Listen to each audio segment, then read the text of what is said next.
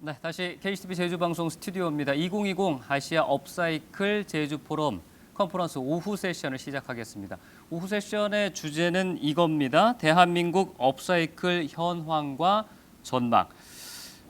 관련된 주제와 또 어떤 이야기들이 나올지 굉장히 기대가 됩니다. 현재 스튜디오에 계신 패널들 소개하겠습니다. 먼저 세션의 좌정과 또 발표를 직접 해주시겠습니다.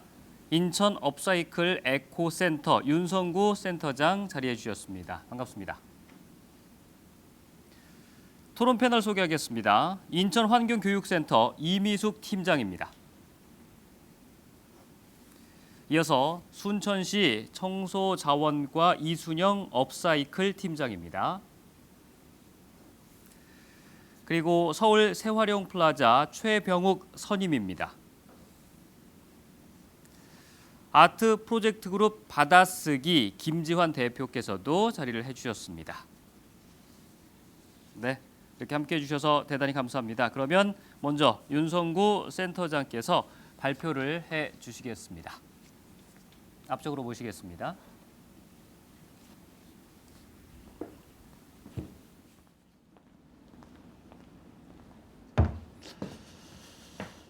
안녕하세요. 저는 소개받은 대로 오늘 업사이클 포럼 제2세션에 발표와 자장을 맡게 된 인천 업사이클 에코센터 윤성구 센터장입니다. 여러분, 왜 지금 이 환경 재난, 기후 위기 시대라고 또 코로나19 시대라고 불리는 요즘에 우리가 세상 업사이클에 대해서 이야기를 하고 있을까요?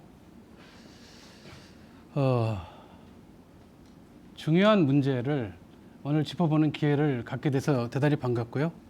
저는 이렇게 생각합니다.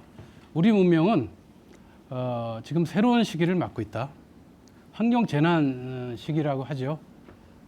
오늘 환경 재난과 그러면 우리가 오늘 주제로 하고 있는 업사이클이 과연 어떤 관계가 있는 건지 짚어보는 것으로부터 시작을 해보겠습니다. 그리고 바로 오늘의 주제로 들어가서 업사이클 개념은 다 알고 있지만 또 한번 확인해 볼 필요가 있겠죠.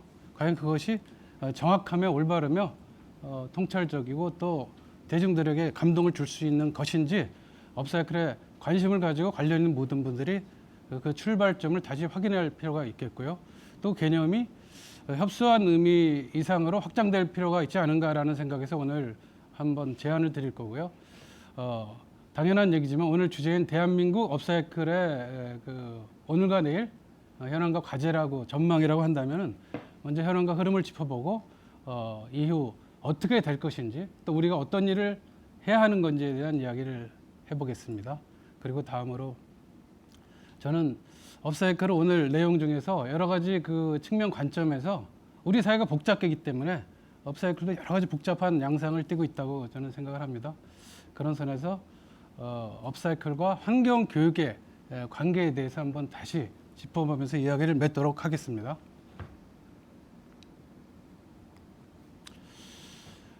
문명의 새로운 시기라는 얘기를 드렸는데요. 여러분, 환경 위기가 왜 위험하죠?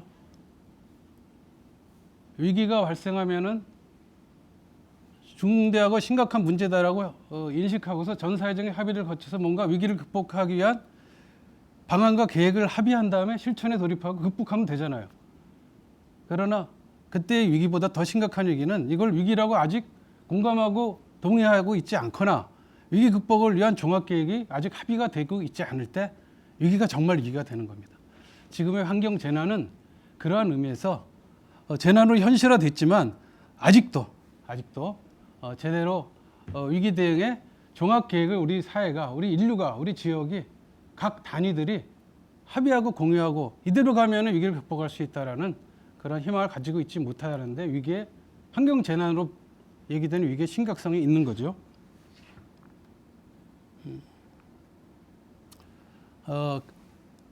계획을 세우고 행동으로 들어가고 성과를 거둬야 되는 단계에서 우리는 3단계도 아직 제대로 4단계, 5단계가 이미 필요하고 성과를 보아야 될 시점에 3단계에 머물러 있다는 것이 정말로 큰 문제입니다.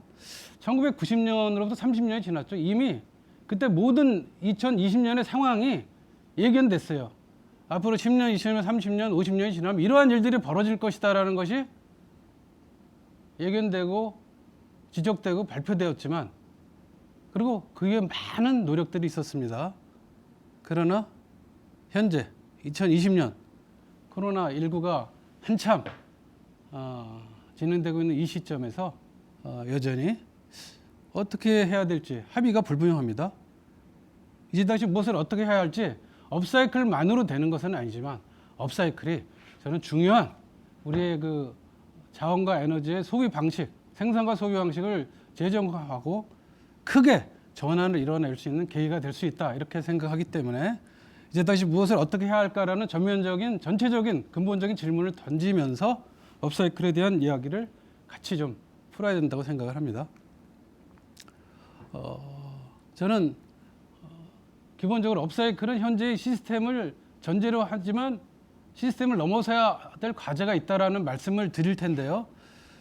현재 환경 재난들은 그 배후에 단선적인 선형 경제라는 건 순환 경제에 반대되는 개념이죠.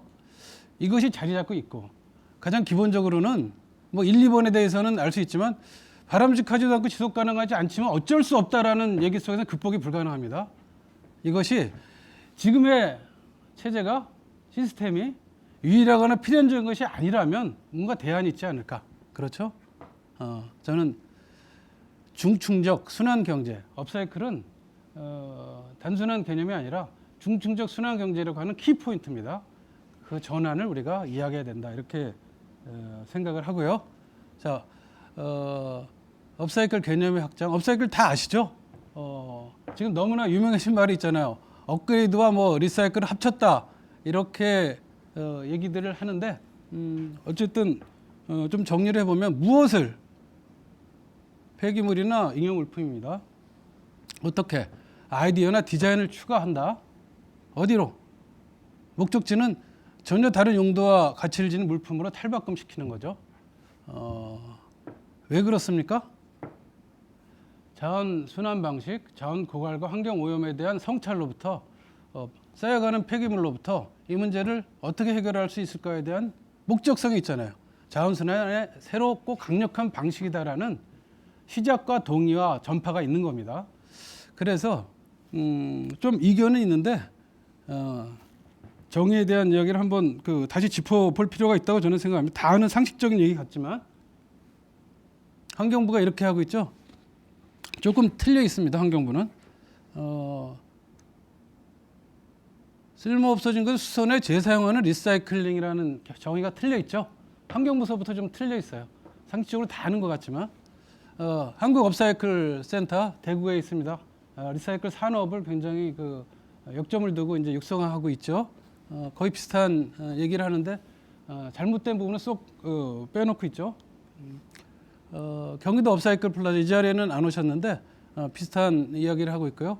광명 업사이클 아트센터는 좀 특이한 목적과 관심에 따라 좀 다른 규정을 하고 있죠. 버려진 물건에 예술적 가치를 더한다.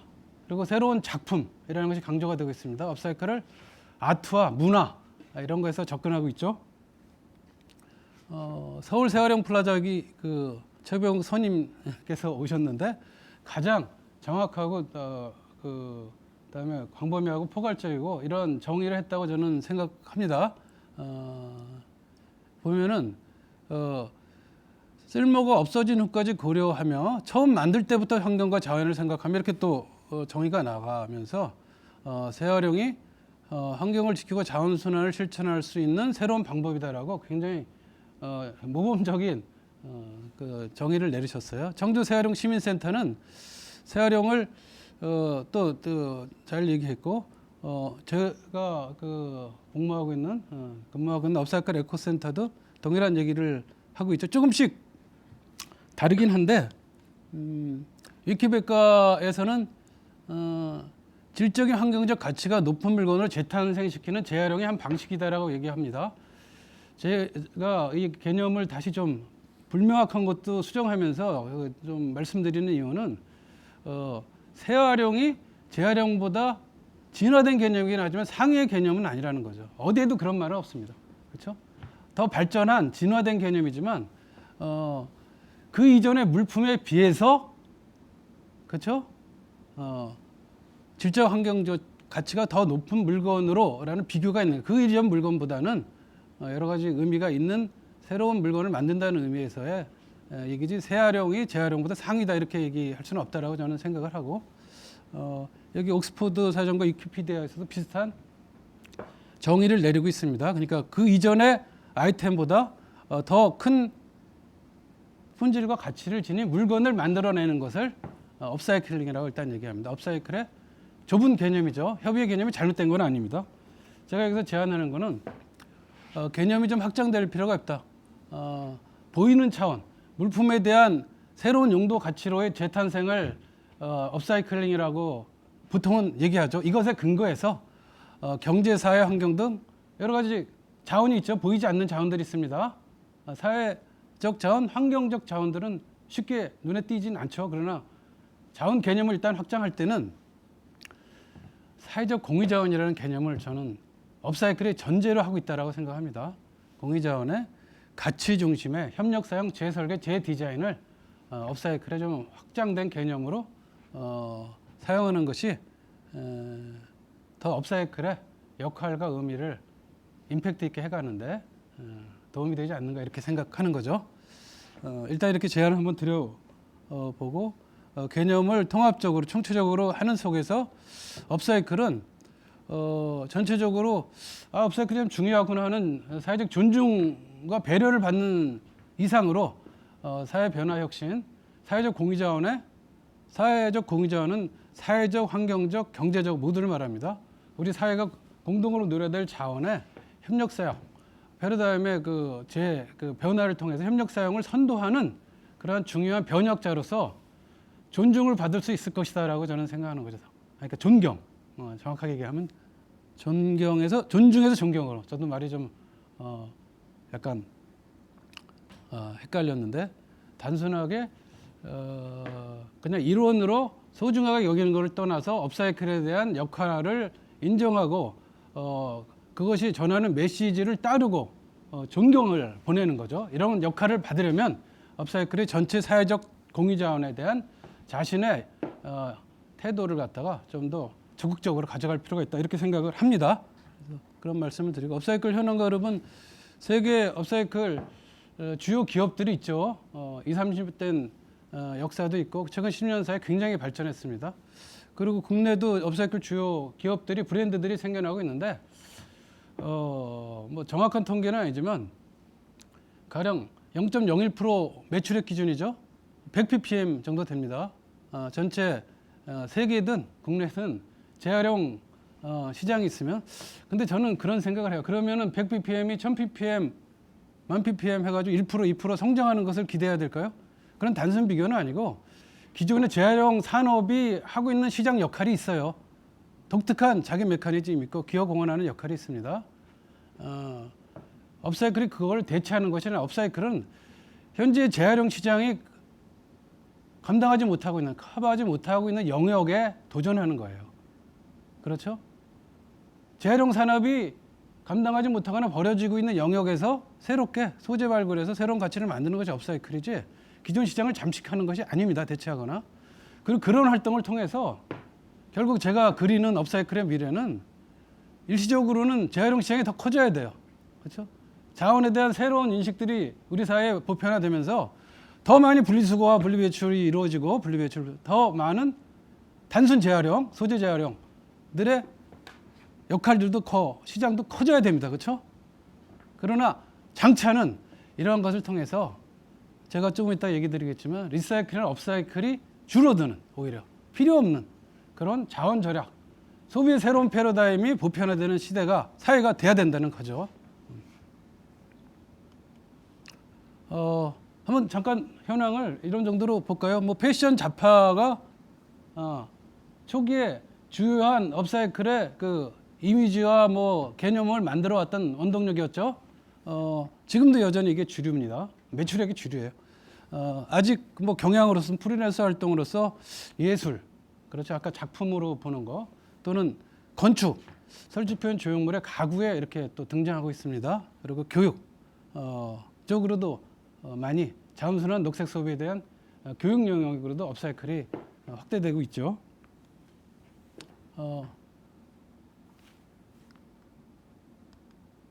여기 그 지역별 업사이클 센터는 업사이클의 모든 것은 아니지만 여러분 센터들이 왜 그 사회적 공익적으로 예산을 써가면서 탄생하죠? 사회적으로 굉장히 중요한 일이면서 그냥 민간 영역에 놔둬서는 안 되니까 뭔가 공적 자금 예산이 투입돼서 센터가 만들어지죠. 업사이클은 이 상황에 왔습니다. 지역별로 지금 업사이클 센터들이 만들어지고 있어요. 이름들이 좀 다양하죠. 여긴 예정도 있습니다. 그렇죠? 이들 기관 시설을 일단은 업사이클의 현황을 일정하게 반영해주고 있는 지표죠. 저는 이렇게 일단 분류를 해봅니다. 산업경제, 문화예술, 환경교육에 대한 관점으로 업사이클의 좀 특징이나 주된 목적들이 나타나고 있다라고 보고요. 대구 경북에서는 지역 내 그 섬유 산업에 대한 관심과 그 섬유 원단들에 대한 관심부터 시작했다면은 광명 업사이클 아트센터는 버려진 그 동굴 시설의 리디자인을 통해서 탄생했죠. 환경교육 저희 에코센터도 마찬가지고 순천 새활용센터, 천주 새활용 시민센터라고 또 이름했죠. 그런 쪽은 자원순환과 녹색 소비에 대한 환경교육 관점에서 주로 센터 설립이 진행이 됐습니다. 업사이클한 같은 이름에서도. 그런데 여기 좀 빠져 있는 것은 종합시설들이 빠졌습니다. 서울 새활용 플라자, 경기 업사이클 플라자들 규모 있게 이 모든 역할들을 다 하려고 기획했고 실제로 진행하고 있습니다. 그러니까 산업을 육성한다든가 문화예술 저변을 확대한다든가 주체적인 환경교육의 주제를 다룬다든가 이런 모든 활동을 하고 있는 거죠. 저는 소개받은 대로 인천 업사이클 에코센터는 환경교육을 위해서 설립된 기관입니다. 이름을 왜 업사이클이라고 하냐. 업사이클이 모든 환경 현안의 근저에는 우리의 그 자원순환, 자원소비의 현행 그 낭비적인 유해 생산 과잉 소비 시스템에 문제가 자리 잡고 있다고 보고 환경 현안을 해결하기 위해서는 소비 방식의 대전환이 필요하다. 그것을 이끄는 핵심 모멘텀이 업사이클이다. 이렇게 봤기 때문에 환경교육센터 이름을 아예 인천 업사이클 에코센터라고 지었던 거죠. 그래서 환경교육의 관점에서 업사이클을 한번 다시 짚어봅니다.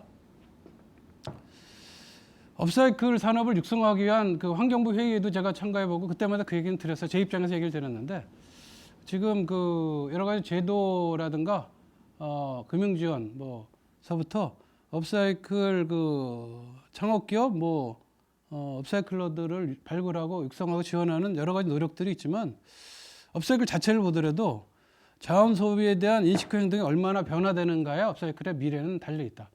그러므로 업사이클을 육성하고 또 성장하고 이런 것들을 기대한다면 정책적 과제뿐만 아니라 시민들의 우리 사회 관심과 노력은 시민들의 인식 개선, 수요 측면 이것도 직접적으로 짚어나가지는 안 된다라는 얘기를 드리고요. 그래서 향후 업사이클은 제가 그 개념에서 잠깐 제안 드렸죠. 하위 개념이 아니다. 리유즈 운동이, 재사용 운동이, 재활용, 일반적인 재활용이 단순한 재활용이라고 얘기되는 것이 업사이클의 하위 개념이 아니고 여러분 일반 리사이클 시장에 100ppm이라고 얘기 드렸는데 사실상 재사용이 가능하거나 재활용이 가능하거나 또는 업사이클이 가능한 영역에 몇 프로나 하고 있는 것 같습니까? 100ppm도 지금 많아요. 그러면은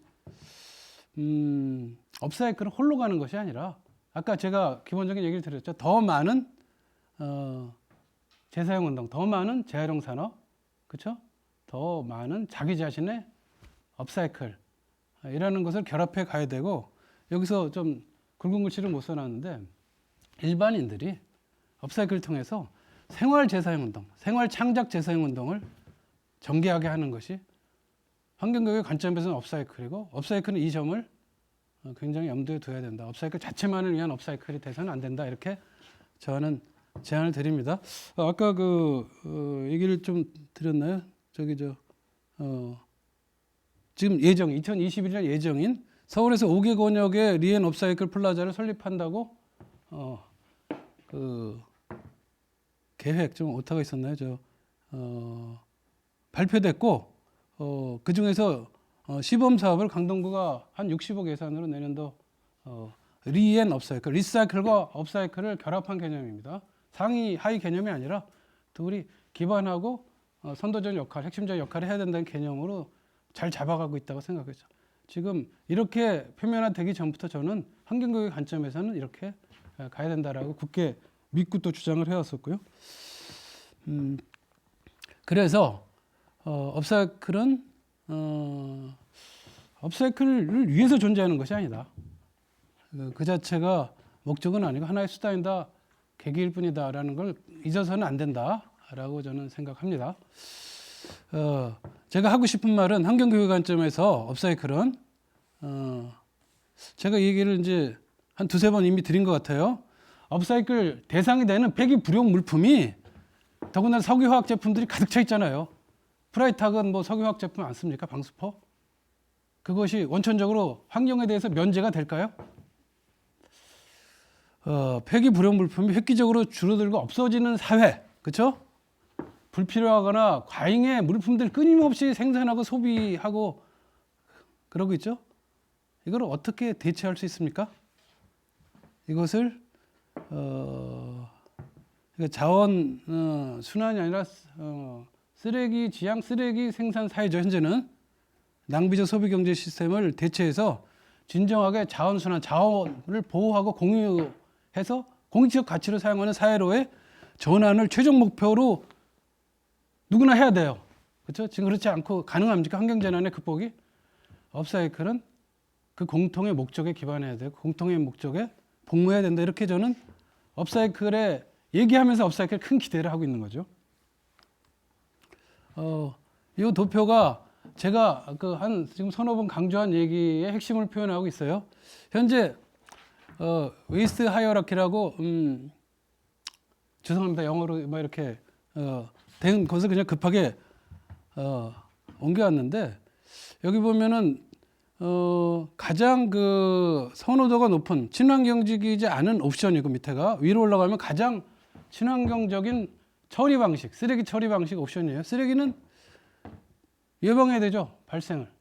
그리고 마지막에는 지금의 처리 여러 가지 어떻게 합니까? 재활용도 하지만 소각 후 매립하고 있죠. 지금은 어떻게 하더라도 지금 이 피라미드예요. 엄청난 양이 아무리 업사이클하고 리사이클 하더라도 지금의 시스템에서는 감당할 수 없을 정도로 불용 폐기 물품들이 생겨나고 있습니다. 그렇지 않습니까? 이걸 외면하면 안 돼요.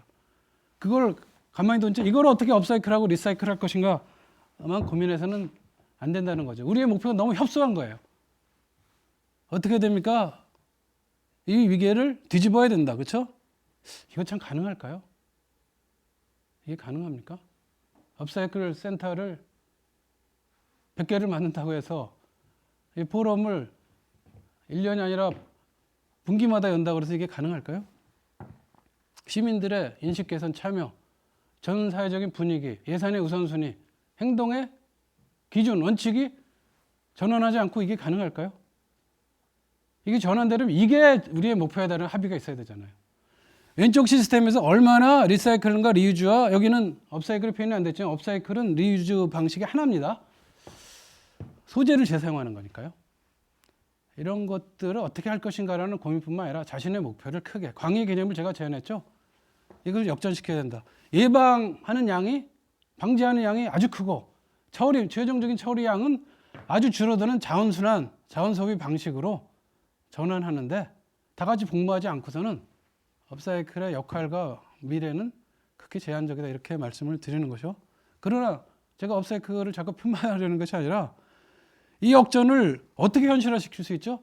조기에 대중적으로 현실화시킬 수 있는 힘, 가능성이 업사이클에 있다는 거죠. 저는 그렇게 믿고 있습니다. 총체적 통합적 업사이클, 다른 업사이클이 아니라 업사이클만한 업사이클로는 안 돼요. 산업과 문화, 환경교육의 부분적인 관점으로 안 돼요. 소비경제 시스템 그 근원을 바꿔나가려는 그러한 총체적 통합자 업사이클의 과제 역할 의미에 대한 합의 인식이 업사이클 관련자 담당자들로부터 좀 견고하게 이루어지고서 새롭게 업사이클들을 진행하셔야 됩니다. 교육이든 산업이든 문화든 이렇게 제안을 드려보는 거죠. 저는 이 도표에서 하고 싶은 말을 일단 다 드렸는데 제 세 번째 챕터 업사이클 전망과 과제 업사이클인가 정리하는 수도로 가겠습니다. 제 말씀을 3R 아나바다 아나바 고 뭐 이런 얘기를 하죠. 역할과 중요성이 있었고 이거 우리 사회도 열심히 하고 있어요. 동네마다 그렇죠? 서울에서도 뚝섬이든 어디든 재활용 마켓, 플리 마켓 엄청나게 열심히 하고 있습니다. 정말 대단한 발전을 이루고 있죠. 특별한 역할을 했고 여전히 중요했지만 그것을 아까 얘기했던 쓰레기 처리, 자원 소비 뒷감당의 어떤 위계가 역전될 수 있을까요? 라는 것에 저는 안 된다라고 생각하는 거죠. 왜냐? 재활용 그동안에 감량하고 재사용하고 소재를 다시 다운사이클이라고 그러는데 일부를 새로운 거기도 조금 다른 용도의 높은 용도가 아니라 좀 등급이 낮은 어떤 건축 자재를 아스팔트에 섞어 쓴다든가 이런 거지 새로운 가치 용도라고 업사이클에서 말하는 건 좀 다른 개념인데 그렇게 해도 그 다음에 엄청나게 일정한 규모의 업사이클에 비해서는 엄청나게 많은 재활용 산업이 있다고 하더라도 소비경제 시스템 자체를 건드리지 못해요. 그렇지 않습니까? 이게 좀 방해가 있네요.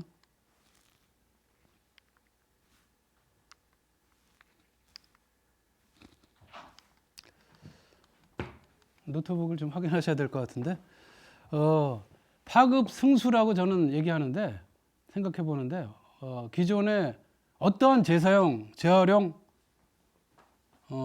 산업이든 운동이든 교육이든 시도도 업사이클에 비교할 때 파급 승수가 저는 제한적이라고 봅니다. 한번 비교해 보죠.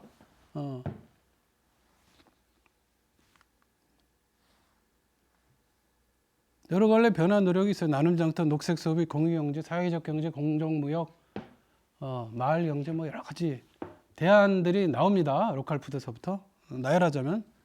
근데 소비경제 시스템의 낭비적 소비경제 시스템 핵심에 다가갈 수 있는 것이 업사이클이다. 업사이클은 수집하고 앞으로 업사이클은 무제한적으로 모든 걸 다 수집할 수 있어요. 물리적으로 파괴되지만 않았으면 그렇죠? 소재은행에서 가보면 엄청난 것들이 업사이클을 기다리고 있습니다. 고용, 판매, 교육, 홍보 과정에서의 승수 효과가 업사이클은 대단히 크다. 이 말씀 따로 길게 드리는 것보다 마감할 시간이 되는 것 같으니까 넘어갈게요. 저는 어쨌든 이런 점에서 업사이클에 대한 애정과 기대를 자신 있게 말씀드리는 거죠. 지금까지도 업사이클은 협의의 개념으로도 참으로 중요한 역할을 해왔어요. 저희도 업사이클로 환경교육할 때 그 효과가 너무나 크다는 걸 이미 잘 알고 있습니다. 환경교육 영역에서. 그런데 업사이클의 강점은 고유한 대중적 수요를 견인하고 용도 개발을 할 수 있어요. 무한하게 업사이클. 안 되는 거 없어요. 다 할 수 있어요. 도시 전체도 업사이클 할 수 있어요. 대한민국도 업사이클 할 수 있어요. 업사이클의 종합체적 통합적 개념을 보면 그러니까 소재는 폐기 불용 소재죠. 용도를 전환할 수 있죠. 기능을 또 추가할 수 있어요. 그렇죠?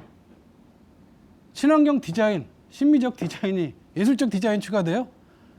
그 다음에 소재에 숨어있는 스토리가 있죠. 여러분 스토리가 왜 설득력이 있습니까? 스토리 마케팅이. 스토리는 물품을 깊이 있게 보게 하고 그렇죠? 전후 맥락을 보게 하고 그 물품과 물품이 아닌 다른 물품과 그 물품을 사용하는 사람들과 지역들과의 관계를 보게 하고 성찰하게 하는 기능인 거예요. 스토리랑. 그렇죠? 유명한 얘기에 우리가 아는 만큼 사랑한다는 얘기 있잖아요. 물건에 스토리가 더해지면 물품을 아끼게 돼요. 자원을 절약하는 것 이상으로 자원을 포괄적으로 관계 속에서 보고 아끼게 되는 거죠. 사랑하게 되는 거죠. 그런 것들을 모든 게 일반 물품에서 할 수 있나요? 리사이클에서 스토리가 그렇게 감동적인 것으로 나올 수가 있나요? 업사이클이니까 가능한 겁니다. 그렇죠? 그런데 저는 한계도 동시에 명백하다고 생각합니다. 석유화학 소재를 계속적으로 사용하죠. 업사이클은 그거에 대한 의문을 제기하나요? 질문을 제기하나요? 안 한다고 얘기하는 것이 아니라 여러분들 그 참여하는 사람들 의식이 그게 못 미친다고 얘기하는 것이 아니라 객관적으로 현실적으로는 그것을 목표로 하고 있지는 못해요. 여러분 저기 그 가령 화장품 회사의 그 병들을 소재로 자꾸 가져가가지고 예술 작품을 탄생시키는 업사이클러가 있다고 봅시다. 그분을 비하하려는 게 아니라 저는 그쪽 가서도 그 비슷한 얘기를 했는데 화장품 회사는 수없이 그 리유즈가 불가능한 상태로 수없이 샘플병과 용기의 그 규격이 다른 것을 양산해내고 있는 것에 대한 반성이 필요해요. 자성이 그렇지 않습니까? 화장품을 덜 팔라는 게 아니라 화장품 안에 콘텐츠에는 엄청나게 우리 피부 트러블을 일으키는 석유화학 물질을 섞고 있는 건 둘째치고라도 용기 병 자체도 이 사회의 그 자원순환에 복무해야 되잖아요. 그게 반환 활동을 하고 있는데 그거에 대한 문제제기 없이 그거를 받아서 그쪽이랑 협찬을 받아서 업사이클 예술 축제를 전등 불꽃 축제를 만든다고 그래서 그것이 환경교육의 관점에서 본 업사이클의 역할일까요? 저는 그렇지 않다고 생각하는 거죠.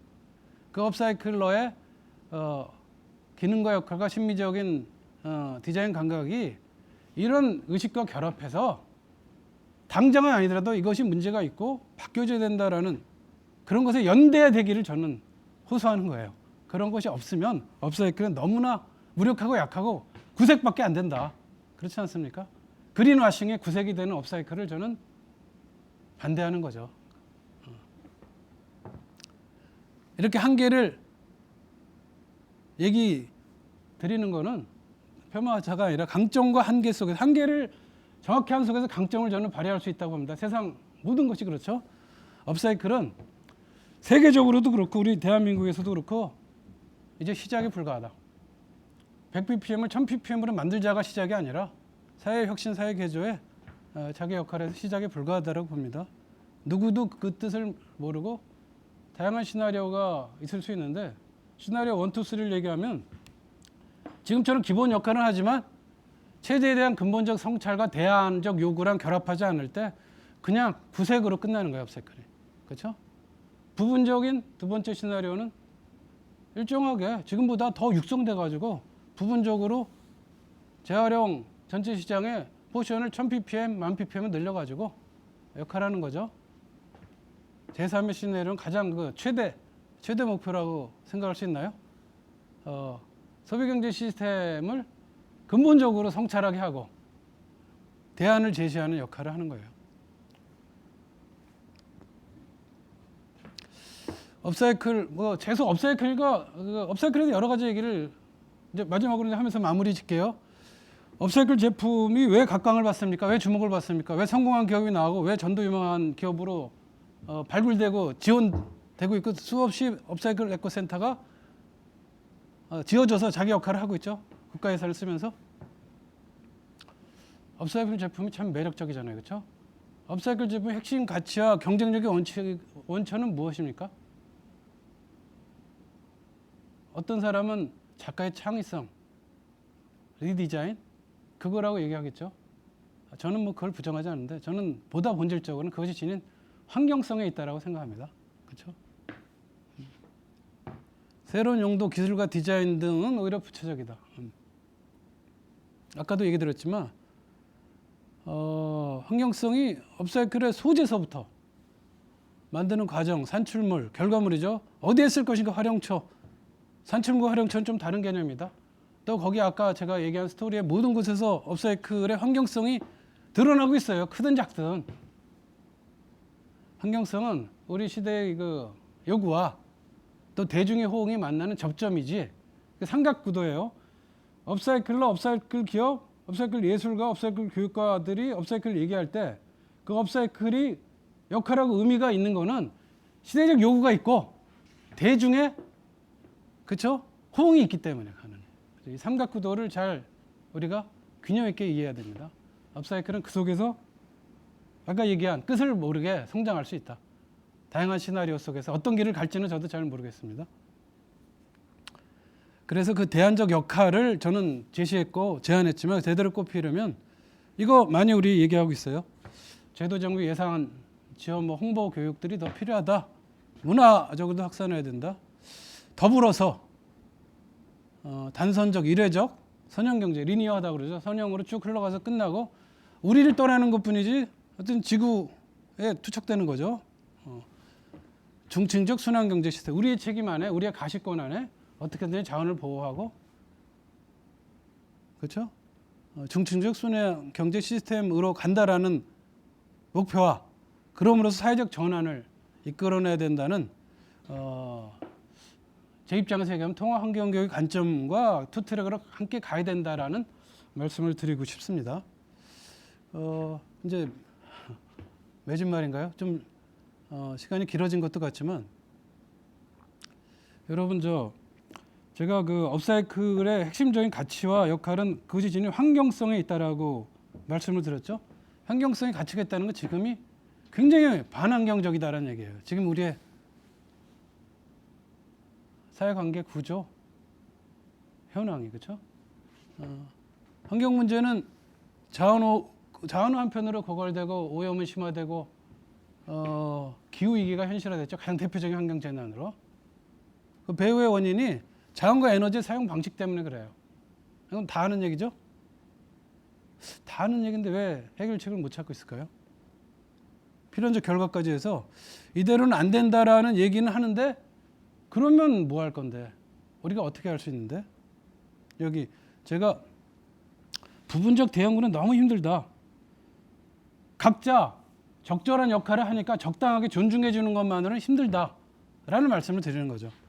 존중해서 존경으로 업사이클의 자기 역할을 함으로써 우리 사회 전체가 지속 가능성이 없으니까 지속 가능성이 보장돼야 생존할 수 있는 거잖아요. 그 이후에 미래 희망도 가질 수 있는 것이니까 우리 복잡계입니다. 우리 사회는 여러 가지 수단. 저는 그 발제를 시작하면서 업사이클만으로는 안 되지만 또 업사이클 없이는 안 된다는 그런 취지의 말씀을 드렸는데요.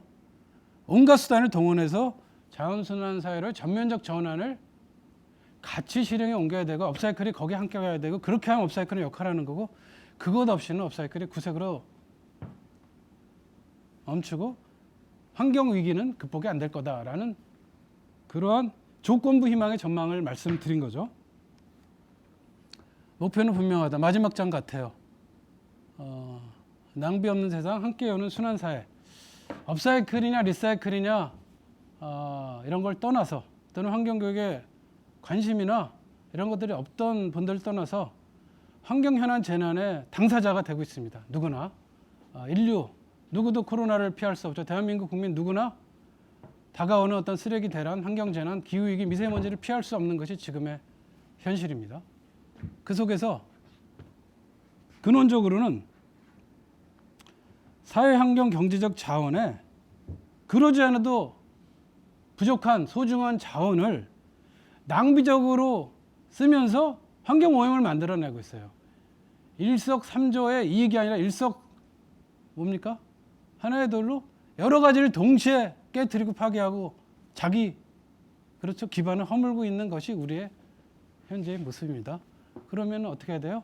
그런 의미에서 자원의 낭비와 오용이 없는 세상이 환경 재난을 극복하기 위한 지속 가능한 미래 사회를 열기 위한 근본적인 수단이에요. 목표예요. 낭비 없는 세상. 그럼으로써 이거는 마이너스 옵션에 대한 얘기죠. 낭비 없는 세상. 플러스 옵션은 뭡니까? 뭐 미래사회, 생태사회 뭐 여러 가지 얘기를 할 수 있지만 이 맥락에서는 순환사회가 돼야 돼요. 그렇죠? 낭비가 없이 순환이 되는 사회. 우주적인 그 원소상의 순환이 아니라 뚜렷하게 위계가 역전돼서 대부분이 추정 처리 전에 어떠한 형태로든지 어떠한 방식으로든지 순환돼가지고 그 이용 가치를 최대한 그렇죠? 누리는 가장 적은 자원으로 물리적 자원으로 가장 많은 사람들이 가장 오랜 기간 가장 많은 효용 가치를 얻는 그런 것이 순환사회예요. 그냥 물리적으로 이렇게 도는 것이 순환이 아니라 분산적 역할로 안 된다. 어떤 중요한 문제가 있을 때 우리는 사회 변혁을 얘기하고 변화를 얘기합니다. 변화의 세 가지 축이 있죠. 각자 자기 삶을 바꾸려도 계획이 필요하지만 이 사회적인 문제, 공동의 문제를 바꾸려면 변화를 원하면 세 가지 축이 있습니다. 하드웨어 시설 인프라가 필요하고 중요한 문제,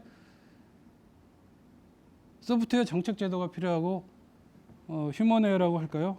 사람들의 인식 행동이 필요하죠. 세 가지 축이 다 골고루 준비될 때 우리가 변화를 제대로 이뤄낼 수가 있습니다.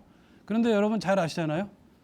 시설 인프라 어떠한 구성을 가지고 만들었는데 예산 낭비하고 놀고 있는 시설 많습니다. 그렇죠? 꼭 시설만이 아니라 공공적인 어떤 기관들도 불필요한 예산이 들어가는 경우들이 많아요. 시설 인프라만으로는 안 됩니다. 정책 제도 만들었지만 지켜지지 않는 규칙들이 많죠? 이 모든 것이 왜 그렇습니까? 휴먼웨어. 가장 어려운 게 휴먼웨어예요. 정책 제도, 규칙, 지침, 법률, 조례를 만들어 놓으면 됩니다. 그렇죠? 뭐 에코센터든지 업사이클 센터든지 뭐 생태자원관이든지 필요한 시설 인프라 만들어 놓으면 됩니다. 가시적인 거예요. 그렇죠? 측정할 수 없는 거. 가장 변화시키기 어려운 거. 그러나 가장 중요한 역할을 하는 것. 그것이 휴먼웨어예요. 이 사람들의 어떠한 시설 인프라를 활용해서 어떠한 정책 제도를 준수해서 목표를 달성해 가는데 가장 중요한 역할을 하는 것이 사람들의 행동이고 그 행동을 결정하는 건 사람들의 인식입니다. 그렇죠? 기존의 간행적 소비 생산 패러다임의 변화를 이끌어내는 데 있어서 업사이클이 지렛대 역할을 하고 환경교육과 동행 협력을 해야 된다. 바로 이 이유가 있는 거죠.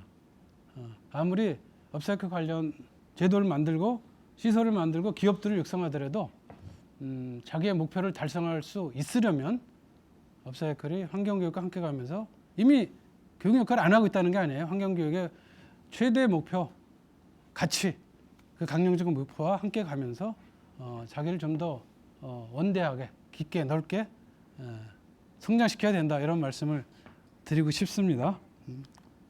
뭐 저는 아주 부분적인 얘기를 제 입장에서 드렸어요.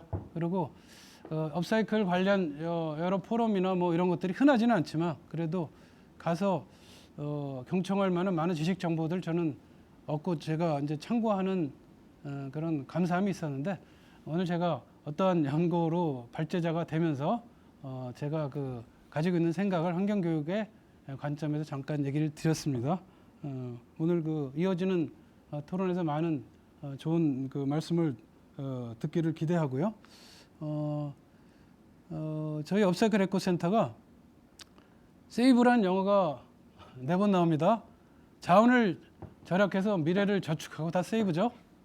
그럼으로써 이것밖엔 길이 없어요. 환경을 구하고 생명을 살리자. 경청해 주셔서 감사합니다.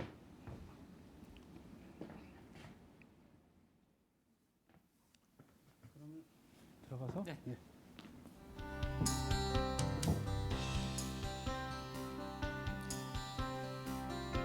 네, 센터장님의 발표 잘 들었습니다. 업사이클의 이제 개념을 정확히 짚어주셨고요. 현황, 전망, 과제도 알아봤습니다. 흥미로운 주제여서 여기 덧붙일 얘기도 토론 패널들께서 많을 것 같습니다. 곧바로 시간이 좀 많이 지체됐기 때문에 시작을 하도록 하겠습니다.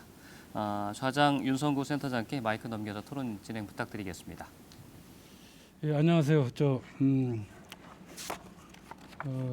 곧이어서 토론을 진행할 텐데요.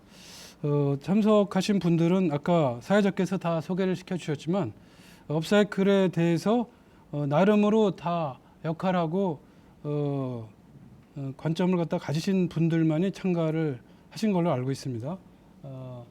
현직으로 환경교육의 일선에 계신 이미숙 팀장님 오셨고 또 지방자치단체에서 업사이클에는 특별한 관심을 가지고 친환경 에코 생태도시를 만들려 하고 있죠. 순천에서도 그 팀 이름 자체가 업사이클 팀입니다. 팀장님 이순영 팀장님 오셨고 아까 제가 그 주제 발제 시 얘기를 드렸죠.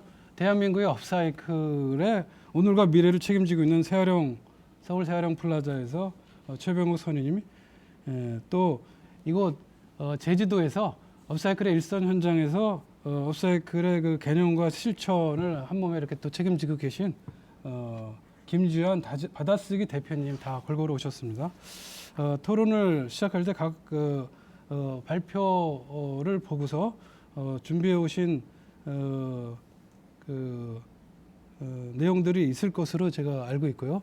순서대로 김지한 대표님부터 업사이클에 대해서 현황과 전망이라는 주제에 입각해서 또 자유롭게 자신의 견해를 말씀해 주셨으면 좋겠습니다. 네, 말씀해 주시죠. 일단 발표 윤성구 센터장님 발표 감사히 잘 들었고요. 오랜만에 저와 공감하는 이야기를 들은 것 같습니다. 굉장히 인상 깊었고, 저도 2014년부터 제주도에서 업사이클링 프로그램을 진행을 하고 있는데, 저는 다른 업사이클링 산업 분야에 있는 그 디자인에 초점을 맞추기보다는 환경 교육 그리고 이제 예술 쪽 분야에 초점이 좀 맞춰져 있습니다.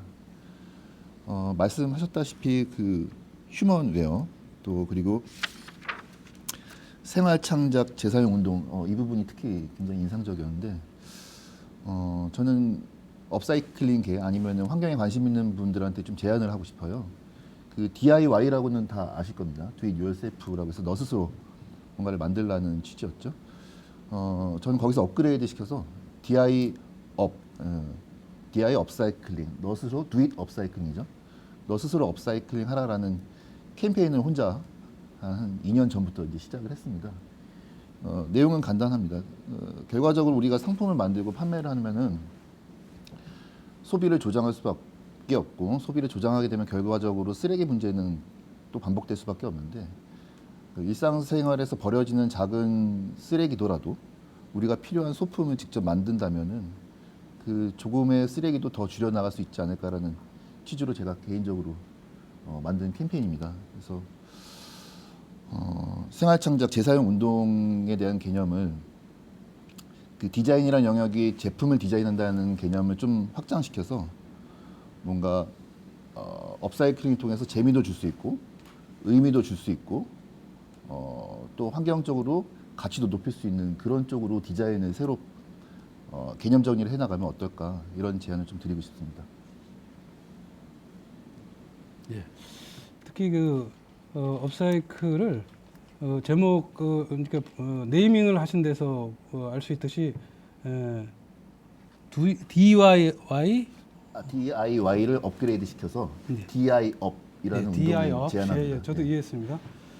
생활 창작 재사용이라고 다시 강조해 주시면서 누구나가 쉽게 주변에 그 버려지는 물품들에 접근해서 창작 재사용을 하는 것에 대한 관심과 뭐 이런 노력들을 얘기해 주셨네요. 예. 실제로 DI업이라는 브랜드 이름으로 유튜브에 버려진 쓰레기로 생활 소품들을 직접 만들 수 있는 영상들을 지금 계속 제작을 하고 있습니다. 네, 그거는 뭐 예를 들면 플라스틱 페트병을 이용해서 우리 필요한 생활 도구나 아니면 인테리어 소품들을 직접 만들어 볼 수 있게 계속 조금씩 작업을 하고 있는 상황입니다.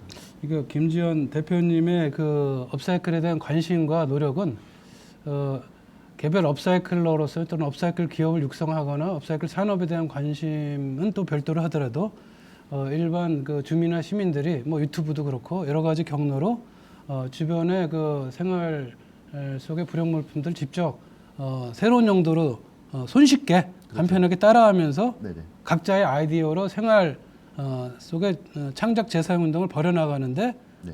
역할을 좀 해갖고 하려 하신다는 뜻으로 말씀하신 거죠? 네, 궁극적인 목표는 소비를 줄이는 데 일조하겠다라는 소비를, 예, 이 취지가 알겠습니다. 연결되어 있습니다. 주제 말씀 아주 참고할 수 있는 중요한 말씀해 주셨고요. 다음으로는 그 최병욱 서울 세아령 플라자 선임께서도 네. 주제와 관련된 얘기를 뭐 자유롭게 좀 말씀해 주시죠. 네. 아까 센터장님께서 발제하시면서 세활용의 오늘과 내일을 책임지고 있다라는 말씀을 주셨는데, 서울이 가진 상징성 때문에 그렇고 절대 서울 세활용 플라자 혼자서는 그 역할을 감당할 수 없다고 생각합니다. 오늘 아시아 업사이클 제주 포럼을 통해서 전국의 업사이클 센터들이 네트워크가 돼가지고 서로 협력한다면 미래의 업사이클이 훨씬 더 아까 말씀하신 것처럼 업사이클이 필요 없는 시대를 여는 데까지 나아갈 수 있지 않을까라는 생각이 듭니다. 저는 오늘 자료를 준비하면서 저희 세활용 플라자가 하는 업무들 그리고 거기서 이루었던 성과들을 공유하고자 해서 자료를 좀 준비했습니다. 쓰레기를 줄여야 한다는 건 너무나 당연한 과제죠. 하지만 서울시는 보다 절박한 환경에 처해 있습니다. 서울에서 발생되는 모든 쓰레기들은 현재 인천 서구에 있는 수도권 매립지에 버려지고 있습니다. 하지만 2025년부터는 수도권 매립지에서 반입 중단 조치를 했기 때문에 서울의 쓰레기가 어디 갈 곳을 알 수 없습니다. 그래서 서울시에서 하고 있는 재활용 이 정책은 한번 해보는 시도가 아니라 쓰레기를 실질적으로 저감해야 하는 실효적 효과를 내야만 하는 상황입니다. 제주 역시 마찬가지일 텐데요. 인구가 지금 제가 알기로 67만 정도 되는 걸로 알고 있는데 한 해 1,500만의 관광객이 방문하는 이 제주는 마찬가지로 쓰레기로 굉장히 몸살을 앓고 있는 걸로 알고 있습니다. 오늘 여기서 나눈 이 논의들이 제주가 준비하고 있는 재활용 정책 그리고 쓰레기 저감 정책에 작은 도움이 되기를 바라면서 발제를 시작하도록 하겠습니다. 서울 재활용 플라자의 미션은 크게 4가지입니다. 재활용 인식 확산을 위한 시민 교육, 그리고 재활용 산업 육성, 그리고 정책 연대와 해외 협력. 이 중에서 오늘 저는 재활용 산업 육성에 대한 저희의 경험과 성과들을 공유하고자 합니다.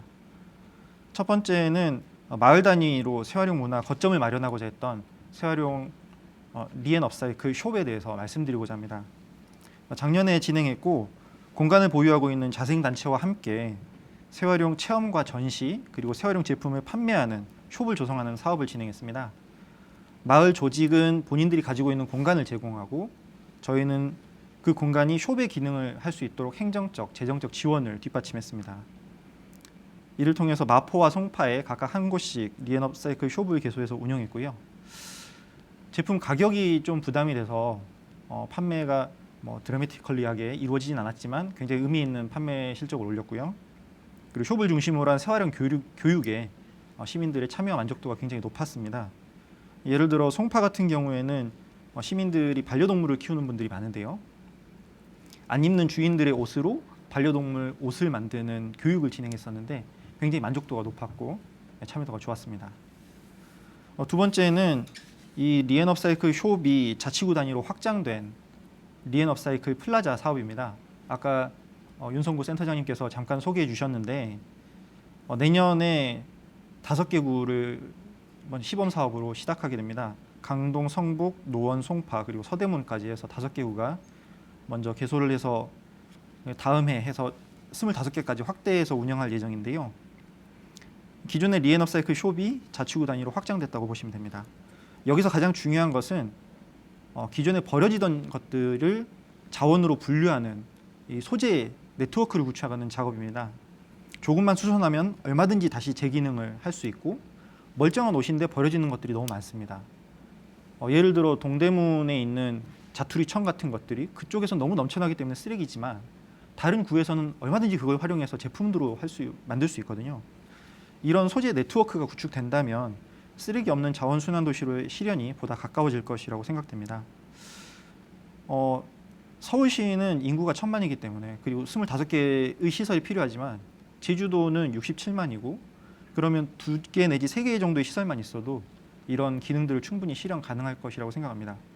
굳이 시설을 새로 짓지 않더라도 기존의 자원회수 시설, 재활용 센터들의 리모델링을 통한 기능만 확보할 수 있다면 지금 당장 소재 네트워크 실현이 가능하지 않을까라는 생각을 해봅니다. 세 번째는 이제 코로나19를 대응한 입주기업 마케팅 지원 사업인데요. 저희는 입주기업들을 대상으로 온라인 마켓 조성 사업을 하고 있습니다. 세션 1에서 저희 윤대영 센터장님께서 언급을 해주셨을 텐데 코로나19 상황 하에서도 저희 입주기업들은 매출이 오히려 상승세에 있습니다.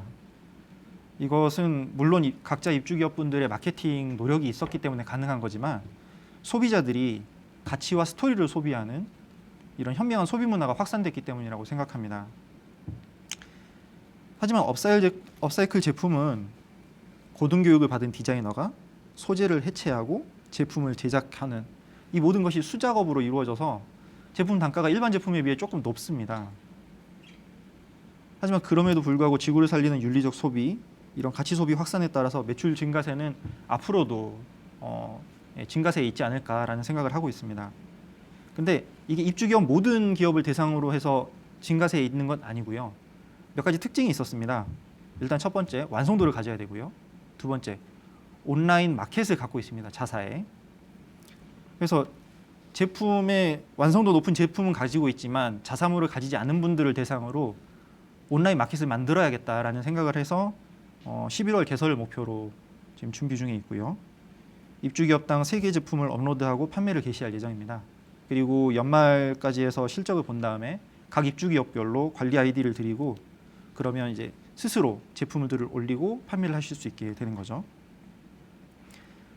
온라인 마켓이 이제 가장 문제는 이제 배송인데 제주도 같은 경우도 마케팅 지원으로 배송비만 서울과 혹은 기타 다른 지역과 배송비 맞춰준다면 충분히 제주도에서 만들어지는 업사이클 제품들이 서울을 비롯한 전국 각지에서 소비될 수 있을 거라 생각합니다.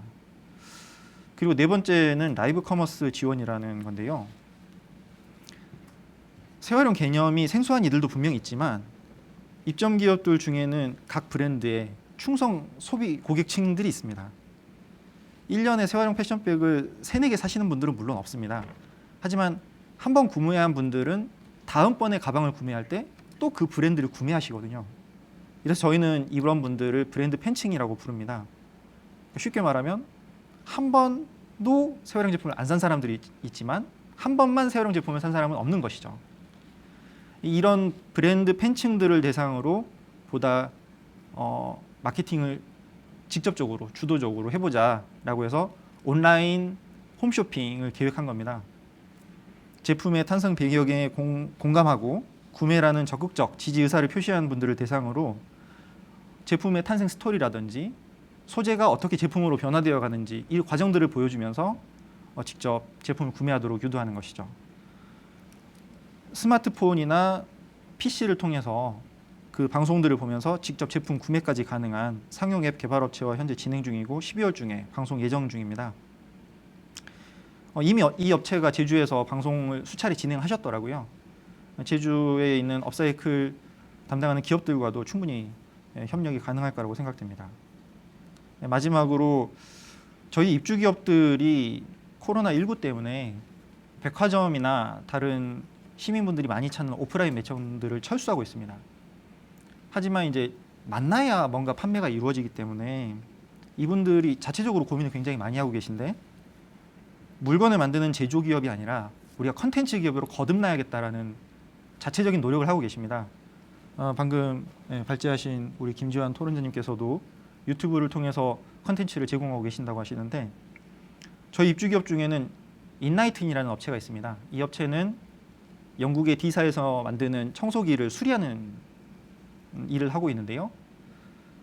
물론 국내에서도 수리하는 데가 있습니다. 하지만 현장 방문을 해야만 수리가 가능해서 좀 소비자 입장에서는 굉장히 불편하죠.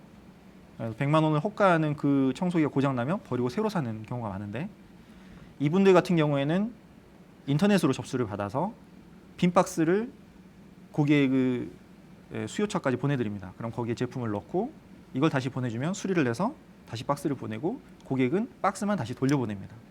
이런 식으로 온라인 서비스 제공을 하는 거죠. 근데 온라인 서비스 제공만으로 좀 한계라기보다는 좀 더 업그레이드된 서비스를 제공해야겠다라고 하면서 간단한 전자제품 수리는 우리가 어떻게 하는지 좀 영상으로 보여줘야겠다라며 유튜브 컨텐츠를 기획 중에 있습니다. 그래서 이 유튜브를 통해서도 우리가 수익을 내겠다라는 야심찬 포부를 가지고 있고요. 입주기업 제니클로젯 같은 경우에는 최근에 유튜브 채널 삼시생 제니라는 채널을 개설했는데 삼시생, 30대 CEO의 생존기 제니라는 이름으로 만들었는데요. 미니버스를 캠핑카로 개조하는 과정이 최근에 공개됐습니다. 이 캠핑카를 이제 개조하는 과정을 굉장히 재기발랄하게 표현했는데 여쭤봤죠. 이 캠핑카로 뭐 하실 거냐. 그러니까 시청자분들 사연을 받겠답니다. 그래서 그 사연자의 공간까지 버스를 이동해서 가는 거죠. 그리고 그분들의 사연을 듣고 이 사연에 맞게 그들이 가진 제품들을 수리하고 수선해주는 컨텐츠를 제공하겠다는 거죠. 제가 들었을 때는 지상파 기획력에 못지않은 기획력이라고 생각을 했습니다. 감동을 타고 제니클로젯이라는 브랜드 가치가 더 상승할 거라는 게 기대되는 거죠. 제주야말로 컨텐츠의 도시 아닐까요? 찾아가는 수선버스 이런 거는 수리 수선 문화 확대는 물론이고 지역 소통의 컨텐츠로도 활용될 수 있을 것이며 관광 컨텐츠로도 활용될 수 있을 거라 생각합니다.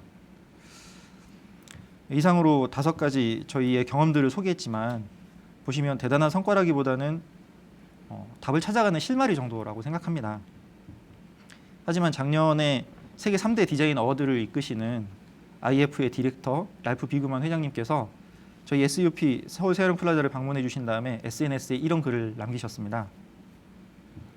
독일이 세계에서 업사이클링을 가장 잘한다고 생각했는데 그 최상을 실현하는 곳이 여기 있었다라고 써주시면서 저희 세활용 플라자의 사진을 직접 게시해 주셨거든요.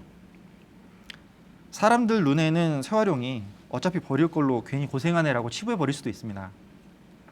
하지만 버려진 쓰레기를 다시 쓸 수 있는 자원으로 바라보는 이 관점의 변환만 이루어진다 하더라도 쓰레기를 줄이려는 실증적 노력은 어떤 새로운 단계에 나갈 수 있지 않을까 생각합니다.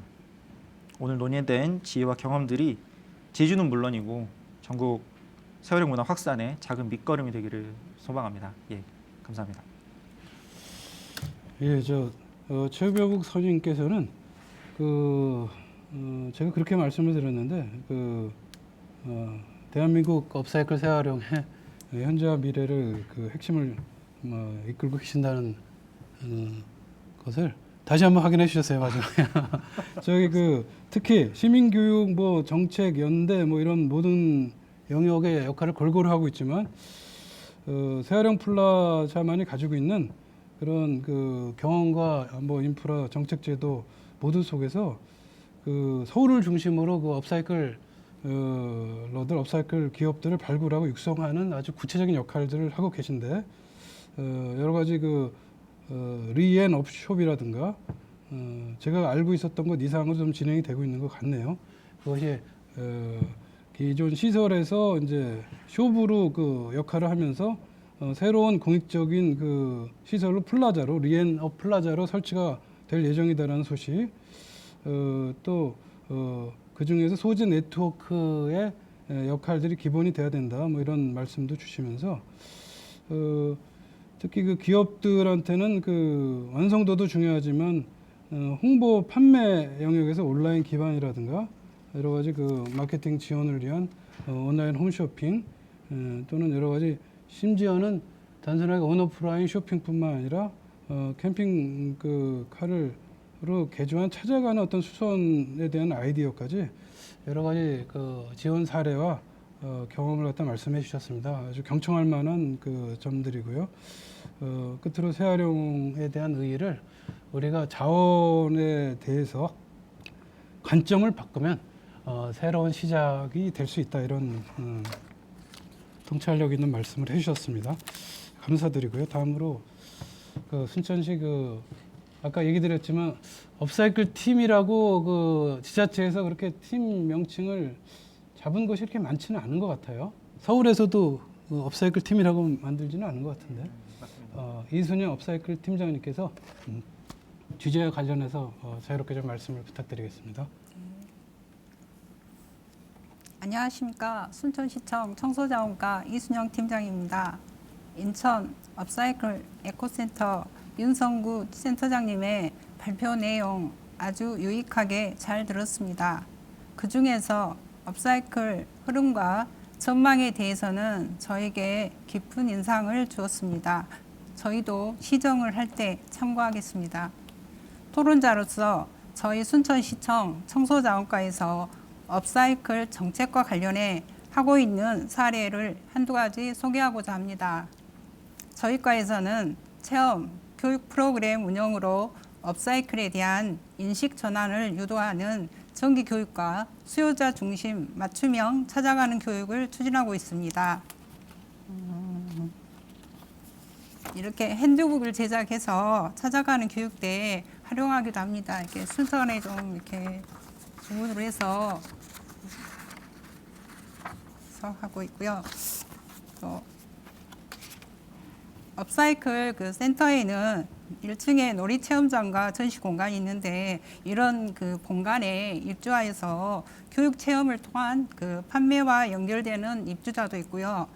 폐자원 활용 취지하에 저희가 본관하고 좀 떨어져 있는 매립장에 위치한 시설인 생산동에 업사이클 제품 연구 개발 또는 생산 판매하고자 하는 입주자도 있습니다.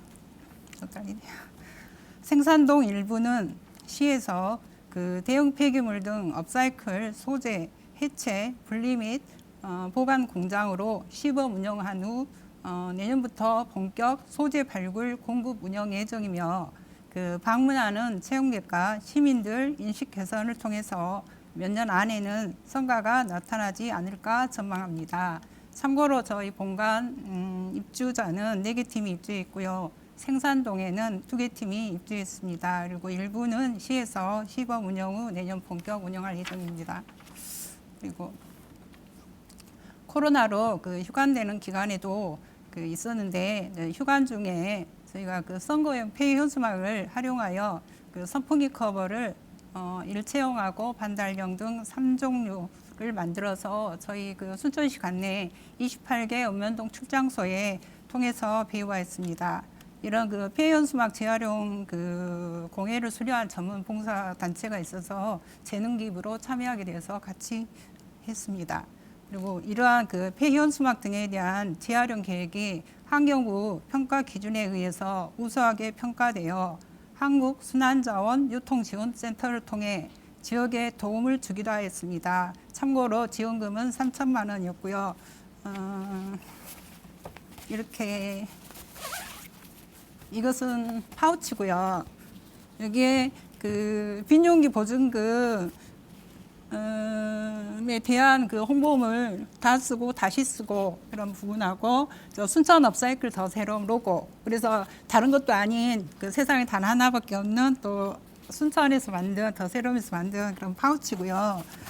이것은 똑같은 부분인데 선풍기 커버입니다. 그래서 요즘같이 그 선풍기를 들어가는 시점에 사용한다 그러면은 좋은 자리가 될 것 같습니다. 그리고 이제 그 또한 저희는 그 업사이클 확산에 좀 관심이 있는 개인이나 단체를 위해서 2020년 로타리 그 업사이클 작품 공모전 계획을 추진하고 있는 그 로타리 쪽에서 전국 그 시군구와 업사이클 센터를 통해서 홍보를 해주면 좋겠다 해서 도움을 주기도 하였는데 관심 있는 분들의 참여로 이어지면 좋겠습니다. 1차 서류 접수 기간이 11월 10일까지입니다. 다시 한번 유익한 발표해 주신 발표자님께 감사드리고 토론의 기회를 통해 다른 자치단체의 우수 사례들을 알게 해주신 주최 측 다른 토론자님께도 감사드립니다. 감사합니다. 예, 이순영 팀장님께서는 좀 굉장히 독특한 역할을 하고 계세요. 그 순천시가 우연히 업사이클 센터 더 새로움을 만든 것이 아니라 단연간에 걸쳐서 옆에 있는 서울도 가고 대구도 가고 광명도 가고 저희 인천에도 오고 업사이클이라는 이름이 붙은 곳은 지자체 담당 공무원들이라고 생각되지 않을 정도의 업사이클에 대한 그 기대와 희망, 열망을 가지고 이렇게 벤치마킹을 다니시고 귀찮을 정도로 자료를 요청하시고 각 곳에 장점만을 다 모은 다음에 순천에 꼭 맞는 업사이클 에코센터를 업사이클 센터죠. 만들겠다 하고 실제로 만드셨고 더 새로움이라는 또 정말 새로운 명칭을 가지고 이렇게 시민 교육과 기업 지원 등 여러 가지 역할들을 다 하고 계셔서 저도 굉장히 다른 지자체들이 뿐만 아니라 그 업사이클에 관심 있는 모든 분들이 이 사례를 눈여겨보고 많은 것을 배워야 된다고 생각하고 있습니다. 이순영 팀장님께서는 순천에서 통상적으로 행해지는 교육 외에도 실제적인 활동으로 저도 그 폐연수막 가지고 여러 가지 만드는 중에 그 용도가 또 선풍기 커버다라는 구체적인 실물까지 보이시니까 참 그렇겠구나, 끝이 없겠구나 이런 그 용도 개발에 이런 생각이 다시 한번 들었고요. 행사 광고도 모처럼 하셨나요? 그 순천에서 그 지역에서 하는 그 의미 있는 업사이클 관련 행사가 그렇게 많지 않은데 의외로 또 해보면은 그 아주 관심 있는 분들의 그 참여들도 있지만 좀 더 홍보가 전국적으로 됐으면 아쉬움이 있습니다. 이런 게 업사이클 관심 있는 대한민국 국민 여러분, 또 아까 옆에서도 제주를 위한 여러 가지 제안들을 해주고 계시는데 제주도에서도 같이 행사에 지원도 하고 참여도 하고 참고도 하셨으면 좋겠습니다. 말씀 잘 들었고요. 오래 기다리셨네. 끝으로 인천환경교육센터에서 환경교육을 총괄 책임지고 계신 이미숙 팀장님의 토론을 듣도록 하겠습니다. 네, 윤성구 센터장님께서 발표해 주신 내용 아주 인상적으로 들었고요. 특히 그 부분 중에서 업사이클과 환경교육 부분에 대한 토론 말씀드리도록 하겠습니다. 업사이클 자체가 자원순환의 어떤 최종 목적이나 목표는 아닙니다. 업사이클은 자원순환 사회를 지향하고 기후변화에 대응하기 위해서 온실가스를 줄이는 친환경적인 생활을 우리 사회가 실천하기 위한 하나의 방편이고 척도이고 수단으로서 이어가야 합니다.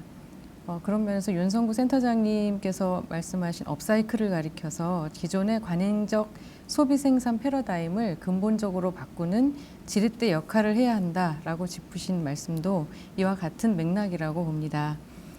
쓰레기를 양산하고 버림으로써 자원을 낭비하고 지구를 오염하는 인류의 환경적 습관을 개선하는데 업사이클이 기여할 수 있습니다. 또 업사이클의 전 과정에서 각 단계의 참여자들이 자원 절약, 또 환경 보전, 온실가스 저감과 미래 세대에 대한 그 배려의 의미를 새길 수 있어야 합니다. 동시에 업사이클에 참여하는 것 자체가 아름답고 멋지고 자랑스럽고 실속 있고 착한 행위라는 인식이 사회 전체로 확산되어야 한다고 봅니다. 업사이클에 대한 대중적 홍보와 참여 독려가 필요하고 학교와 사회 환경교육 차원에서 널리 다뤄져야 된다고 봅니다. 이런 면에서 지향점과 재현 말씀을 드리고자 합니다. 먼저 지향점으로서는 첫 번째 일자리 창출입니다. 업사이클은 창의적 아이디어와 예술적 감각이 결합한 환경 친화적인 활동으로서 그 폐자원의 활용 가치를 높이고 새로운 수요를 창출합니다. 그래서 이 분야 종사자들에게 일자리를 제공하고 또 이들이 제공하는 노력과 시간에 합당한 보상이 들어감으로써 산업의 한 분야로 자리 잡을 수 있어야 할 것입니다. 두 번째는 실용적 문화예술 면입니다. 폐자원을 소재로 살려낸 특색 있고 아름다운 예술 작품이 실생활에서 편리하게 사용할 수 있는 실용품으로 재탄생할 수 있어야 할 것입니다. 세 번째로 자원 절약의 각성제라고 봅니다. 지구의 자원은 유한함을 깨닫고 또 현 세대가 최대한 절약해서 쓰고 미래 세대가 쓸 것을 남겨줘야 한다는 그 윤리의식을 높이는데 업사이클이 기여해야 합니다. 또 온실가스 감축과 기후변화 대응 면에서 폐자원의 가치를 높이는 창작 활동을 통해서 이전의 선진공업국 중심의 그 생산 소비 활동 과정에서 배출한 온실가스로 인해서 지구온난화와 기후변화가 일어났고 영향이 갈수록 심각해지는 현실을 직시하는 동기를 업사이클을 통해서 얻을 수 있어야 합니다. 이에 따라서 업사이클 보급 확대와 발전을 위한 제언 말씀을 드리고자 합니다. 먼저 대중의 관심과 참여 확대입니다. 업사이클에 대한 국가 사회적 관심을 높이려면 시민과 기업, 정부와 지자체가 함께 보급 확대에 힘을 모아야 합니다. 시민들이 생활 가운데 많이 쓰는 물건과 기업들이 생산, 공급하는 상품, 원재료 가운데 창의적인 아이디어로 업사이클할 수 있도록 디자인, 공모와 상품화 확대 기회를 넓혀야 합니다. 예를 들자면 시민의 경우 탐조 모임을 하고 있는 한 시민이 자연 관찰을 통해서 도시에서 야생조류 모이가 그 부족함을 알고 플라스틱 우유 병과 철사로 모이통을 만들어서 실제로 보급하는 것을 보았는데요. 이런 경우 실제로는 미국에서 한 개에 30에서 50달러쯤 팔리는 상품과 비교해도 손색이 없었습니다. 생활 속의 환경교육과 접목인데 업사이클을 통해서 자원의 소중함 또 자원을 자연에서 채취할 때 불가피하게 벌어지는 환경 훼손과 오염 또 자연 생태계에 미치는 영향 등 그 온실가스의 규모, 지구 온난화와 기후 변화에 이르기까지 다 짚고 대안을 고민할 수 있어야 합니다. 어린이와 청소년 또 시민, 기업과 지자체 그리고 정부가 환경 의식을 높일 수 있도록 업사이클을 환경 교육의 기회로 삼는 것입니다. 끝으로 학문과 산업으로의 확대 발전인데요. 업사이클을 학문 연구의 대상으로 가다듬어서 21세기 경제, 산업, 소비, 문화, 예술 등 분야에서 주류가 될 수 있도록 노력해야 할 것입니다.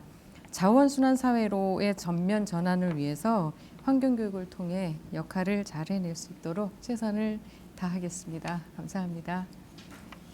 예, 저 이미숙 센터장님이 이제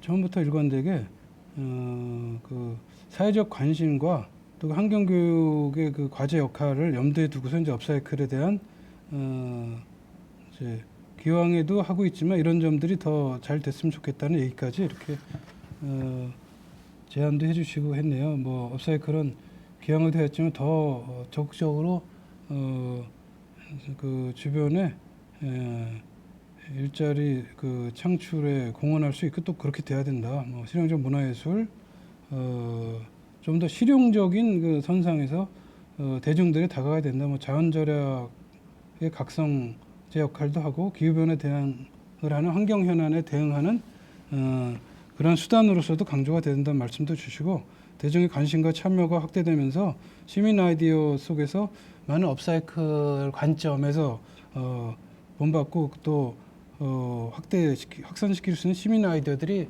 기왕에도 나오고 있는 것들을 더욱더 장려해야 된다.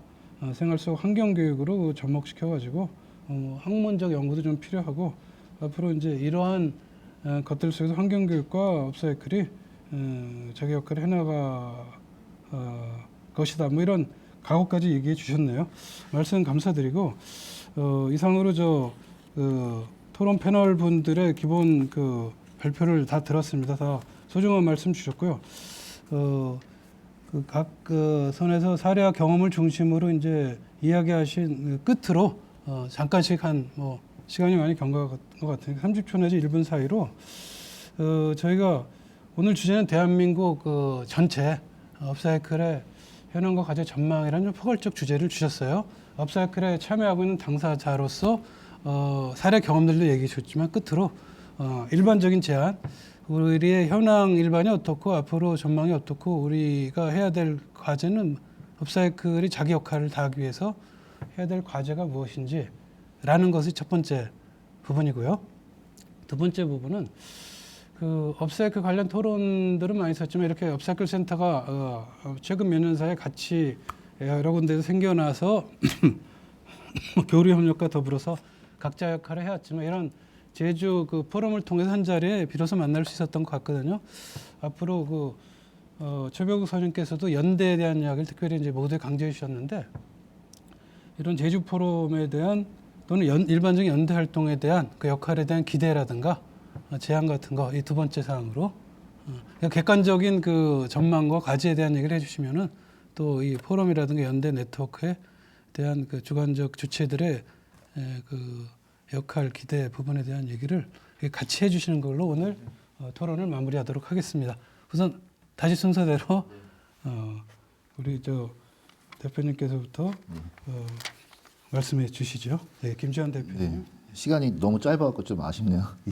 질문하고 응답하고 이렇게 좀 활발한 토론이 이루어지길 기대했는데 지금 얘기 몇 마디 못하고 가는 느낌도. 내가 너무 제안을 드린 것 같으니까 자유롭게 뭐 하실 말씀이 있으면 괜찮으시겠죠? 뭐 짧게 하겠습니다. 제가 제주도에서 하고 있는 일 자체는 버려진 쓰레기에서 동화적인 상상을 하겠다라는 모토를 달고 움직이고 있어요. 버려진 쓰레기 하면 사람들이 부정적이거나 치부하는 경향이 있지만 사실은 그 안에는 우리가 무한대로 상상할 수 있는 그런 가능성들이 있다고 저는 생각을 합니다. 그 상상력에는 동화적인 순수함이 굉장히 매개체로 필요하다는 생각을 하고요. 하나의 사례를 좀 들어드릴까 하는데 얼마 전에 제가 이건 제 자랑일지는 모르겠지만 전 세계 최초의 국제 업사이클링 수업을 진행했습니다. 예를 들면은 수업을 위한 설명은 말레이시아에서 플라스틱 시티 팀이라는 비영리 단체 팀에서 들어와 줬고요. 줌으로. 통역은 싱가포르에서 들어와 주셨고요. 수업 진행은 한국에서 진행을 했습니다. 예. 내용은 간단합니다. 우리 일상에서 버려지는 플라스틱이나 비닐 아니면 음료 음료, 뭐 종이컵 이런 것들을 이용해서 그림 자극을 했어요. 참여 대상들은 3세, 5세, 7세 및 그 부모님들이었고요. 근데 만족도가 굉장히 높았습니다.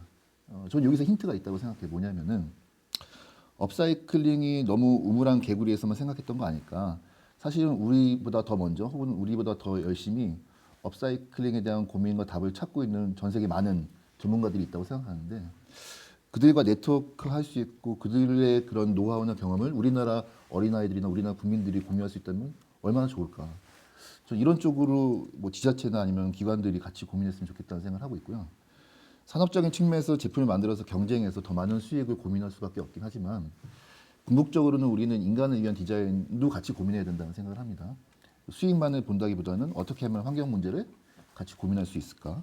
그러려면은 저는 철저하게 이쪽 분야에서만큼은 그 어떤 산업 분야보다도 긴밀한 네트워킹과 협력이 필요하다는 생각을 해요. 그래서 문제점도 같이 해결하려고 노력하고 개선점도 같이 고민하고 예, 그게 이제 시작이라는 생각을 하는데 예, 오늘 자리가 그런 계기 마련이 됐으면 좋겠다는 생각을 하고요. 이번 기회로 또 순천이나 아니면 타 지역 인천이나 뭐 서울도 업사이클링 저는 이제 교육 쪽 하는 사람으로서 다양한 아이디어들을 교류하고 나누면서 서울에 혹은 인천에 좋은 수업을 제주도 친구들한테도 소개하고 제주도의 쓰레기가 이렇게 멋진 작품이 될 수 있어라고 또 타 지역에 있는 어린아이나 뭐 기관들에도 소개할 수 있는 그런 시간이 빨리 왔으면 좋겠습니다. 말씀 감사합니다. 그 마지막 발언들은 따로 제가 요약은 안 하고요. 발언들 쭉 듣고 마지막에 좀 맺은 말을 하도록 하겠습니다. 다음 뭐 최병욱 선임은 좀 기다리시고 의외의 것도 있어야 되고 저쪽 이미숙 팀장님부터 또. 네. 당신이 세상에서 보기를 바라는 변화, 그 스스로가 그 변화가 되어야 한다 이런 말씀이 떠오릅니다. 오늘 그 진행되고 있는 아시아 업사이클 제주 포럼에 참여한 기관, 단체 모두가 그 협의체가 되어서 네트워킹하고 협력하는 것에 어떤 좋은 첫걸음이 되었으면 하는 바람입니다. 그래서 업사이클을 위한 문화 교류가 이루어지고 또 아까 말씀해 주신 많은 내용들, 공감하는 내용들을 보다 널리 알리고 함께하는 일에 동참할 수 있는 좋은 계기가 되었으면 좋겠습니다. 예, 말씀 감사하고요. 이순영 팀장님께서 한 말씀 부탁드리겠습니다. 네. 저도 오늘 그 좋은 발표와 다른 토론자분들과의 유익한 발표에 큰 도움을 받았습니다. 그 저희 순천시 업무에도 잘 반영해 보도록 하겠습니다. 그리고 오늘과 같이 그 제주 아시아 제주 업사이클 포럼처럼 앞으로도 그 연대 역할 할 때 저희도 적극적으로 참여하도록 하겠습니다. 간단하게 감사드립니다. 감사합니다. 서울세아령 플라자 최병욱 선임께서 네. 또 끝으로 정리 말씀해 주시죠. 예. 그 한국에서 버려지는 쓰레기를 세 가지로 분류하자면 생활 쓰레기, 사업장 쓰레기, 그리고 건축물 쓰레기로 나눌 수 있습니다. 생활 쓰레기는 많아봤자 20%를 넘지 않습니다. 사업장에서 나오는 쓰레기가 약 35%고요. 가장 많은 비중을 차지하는 게 45%의 건축물 쓰레기입니다. 이를 통해 볼 때 가장 중요한 것은 건물을 부수고 새로 짓는 게 아니라 고쳐 쓰는 문화가 만들어져야 되는 겁니다. 그러면 쓰레기가 굉장히 줄어들 수 있다는 말이죠. 100년 이상 가는 건축 기술을 이미 예전에 인류는 확보했지만 30년만 되면 부수고 새로 지을 수 있는 건축들을 하고 있는 게 문제입니다. 사실 모든 정책들은 생활 말단, 시민들의 삶에 쓰레기를 줄이는 것에만 집중되어 있는데 사실 엄청난 쓰레기는 사업장과 건축장에서 나오고 있다는 말씀이죠. 진정 쓰레기를 줄이기 위해서는 이런 사업장과 건축장에서 어떻게 하면 쓰레기를 줄일 수 있는지 제도적인 고민이 반드시 필요합니다. 하지만 일단은 가장 손쉽게 줄일 수 있는 게 생활 쓰레기이다 보니까 이렇게 접근하고 있는 것이고 이런 오늘의 논의를 통해서 전국적 네트워크가 구축된다면 보다 제도화하는데 좀 더 현장의 목소리가 반영되지 않을까 싶습니다. 그리고 아까 이제 서울시가 리앤업사이클 플라자를 통해 소재 네트워크를 구축한다고 말씀드렸는데 전국적인 네트워크를 통해서 이곳에는 없는 소재가 저곳에는 있거든요. 지금 환경부에서도 소재 거래소를 전국 단위로 준비하고 있는데 이런 논의들이 전국 네트워크화돼서 소재 거래소를 만드는데 밑거름이 될 수 있기를 희망해 봅니다. 네, 이상입니다. 예, 말씀 잘 들었고요. 수도권뿐만 아니라 전국이 비슷할 텐데 건축 쓰레기 산업 활동 과정 중에서 생겨나는 이제 쓰레기들 또 여기서 통계 안 잡히고 흔히 간과되고 있는 지정 폐기물들이 또 있죠. 이 모든 것들은 근본적으로는 우리가 소비하는 생활용품이라든가 우리가 쓰고 있는 거주, 건축물들 이런 것들을 만들어내는 과정인 거죠. 따라서 지금 끝으로 말씀해 주신 쓰레기 폐기물 전체에 대한 관심을 이끌어내고 변화를 또 성취 가능한 변화를 우리가 도모하는 과정에서 생활 쓰레기에 관심을 가지는 것은 어떻게 보면 필요하고 당연하지만 전체적으로 쓰레기를 줄이고 자원을 제대로 남용없이 활용하는 그런 사회에 대한 말씀을 끝으로 이제 잘 해주신 것 같습니다. 그런 관점에서 업사이클도 자기 역할과 사명을 좀 인식하고 개념도 확대돼야 된다라고 저도 동의하고 있는 것이고요. 모두 한결같이 그 얘기를 해주셨어요. 업사이클을 하는 사람들이 관여하는 사람들이 또 후원하는 모든 분들이 새롭게 업사이클을 다시 보고 자각하고 또 업사이클에서 각자 입장에서 노력하는 분들이 협력할 필요도 있고 또 업사이클에 직접 관심이 없던 분들의 참여와 지원도 이끌어내야 되고 또 다양한 국내에서의 업사이클의 그 사례와 경험뿐만 아니라 소재 네트워크처럼 구체적인 협력이라든가 또는 아까 대표님의 김지원 대표님의 얘기처럼 국제적인 어떤 사례 경험들을 실질적으로 아주 공유하기 위한 노력들 등 네트워크 연대에 대한 이야기들을 한결같이 말씀해 주셨습니다. 그런 말들 있잖아요.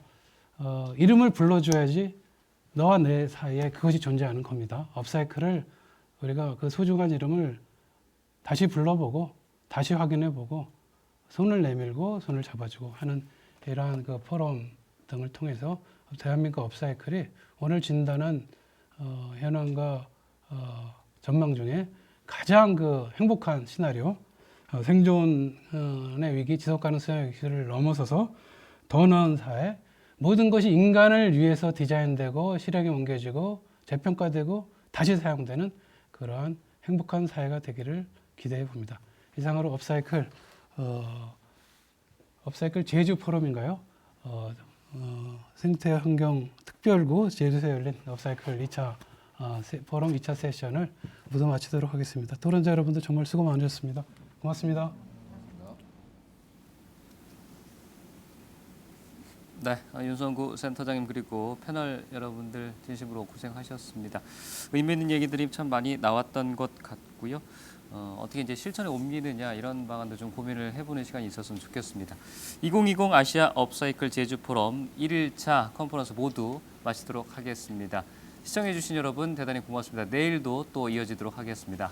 감사합니다.